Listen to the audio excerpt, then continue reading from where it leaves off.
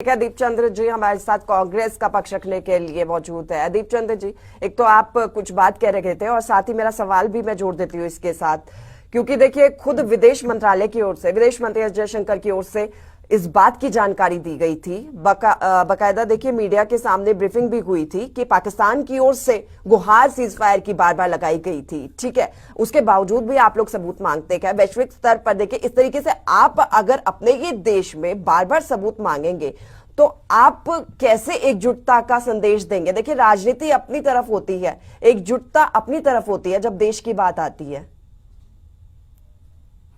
सुनीता जी, हम तो पहले ही कह रहे थे कि देश की एकता और अखंडता के साथ हम खड़े हैं। कौन आतंकवाद के खिलाफ लड़ाई लड़ रहा है? हमने तो मोदी जो खुले मन से उनको कहा था कि आप जाइए और पाकिस्तान को खत्म कर दीजिए। किसने रोका था आपको? कहाँ गया आपका चपड़ का सीना?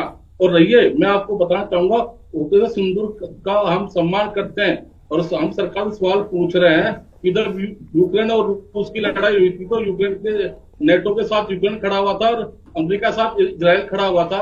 और इसी तरह भारत और पाकिस्तान की अगर लड़ाई हुई है तो पाकिस्तान के साथ तुर्की खड़ा होता है, अजरबैजान खड़ा होता है, यहाँ तक कि चाइना खड़ा होता है और हमारे साथ तो नेपाल भी नहीं खड़ा होता। तो ये बताइए, अंतर्राष्ट्रीय जो कूटनीति थी जिसपे दम भर रहे थे मोदी जी, तो उस पर सवाल खड़ा होता है कि नहीं खड़ा होता है? ठीक है, तो हमने क्या गलत पूछा? और दूसरी बात, आज राजनीति कौन कर रहा है? देश के माननीय प्रधानमंत्री कर रहे हैं। कभी तो वो आर्मी को, कभी तो आर्मी वालों को दे दीजिए कि श्रेय, नहीं वो सारा का श्रेय खुद ही लेना चाहते हैं आज की तारीख में। बिल्कुल दीपचंद जी, लेकिन एक बात तो ये भी है ना, फैक्ट तो ये भी है कि भारत की कूटनीतिक जीत ही थी ये, कि दुनिया में किसी ने भी विरोध नहीं किया भारत का। आप मानते हैं इस बात को? बताइए आप। भारतीय